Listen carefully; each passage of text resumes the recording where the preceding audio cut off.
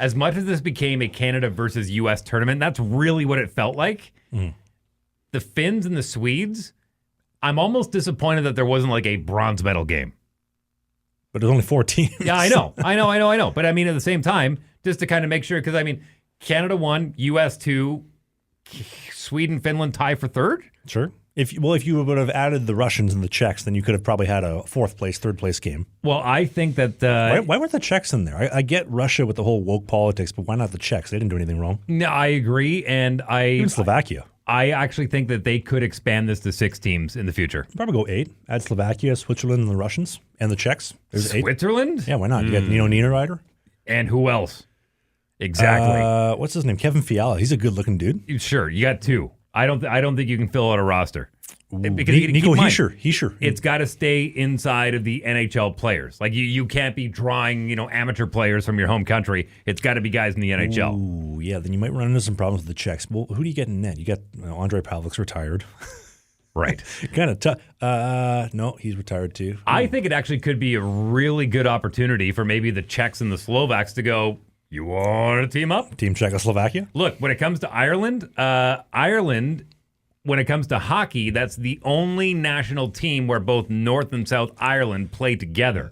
So I think it could be an opportunity. I think you could put the Czechs and Slovaks together, rename it, don't call it Czechoslovakia again, obviously, but I think you could field another team with them.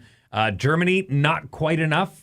Russia obviously should be in the tournament. I think if Russia's in that tournament, we're having a completely different conversation right now. Completely different. You know what you could do? You could, if you want to add like the worster teams with the Swiss, the Slovaks, the Czechs, and the Germans, even though the Germans would just be Leon Draisaitl and Leon, just play a little bit of Juice Boy.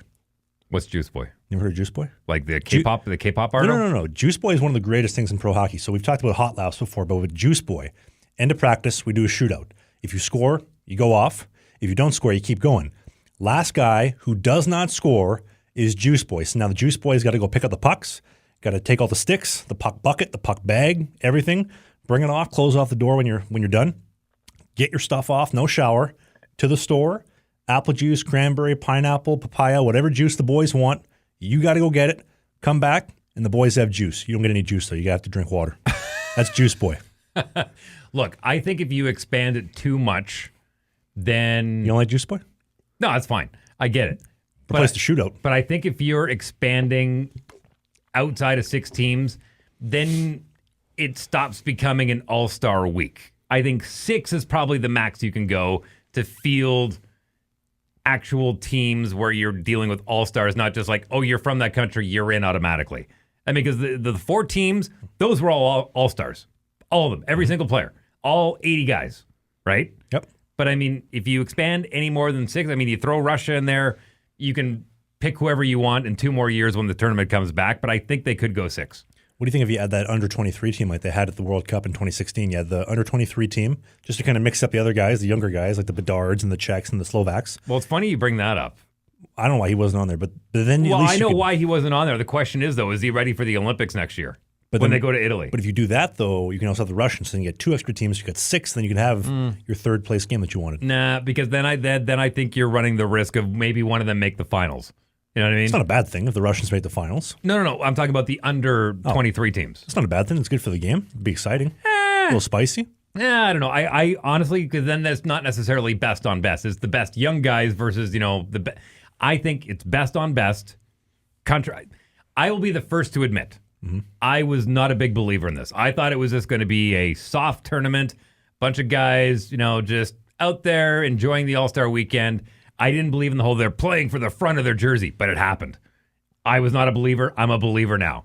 I can't wait for the next one. And I hope they really do take this and go, how do we make this a little bit better? We make it 6 teams, 5 teams, even 5. I hope the conflict between what's going on over in the Eastern Bloc right now gets figured out, because I think Russia in that tournament, fantastic. They probably win the tournament.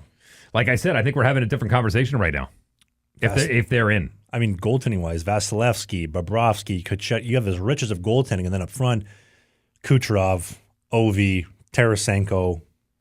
I think you got USA and Russia in the final. That's not a bad final either. Kaprizov. The list goes. There's so many good Russians. So many good Russians. Yeah. I like that, though. No, overall, I'm just going to say I was not a believer. I am 100% a believer now. Dave, if you enjoyed what you just saw, we do new clips every single day, twice a day on the Clips channel. You see clips right here. And beside Dave's crotch, we have a full-length show every single Sunday, right by my hand. Click right here.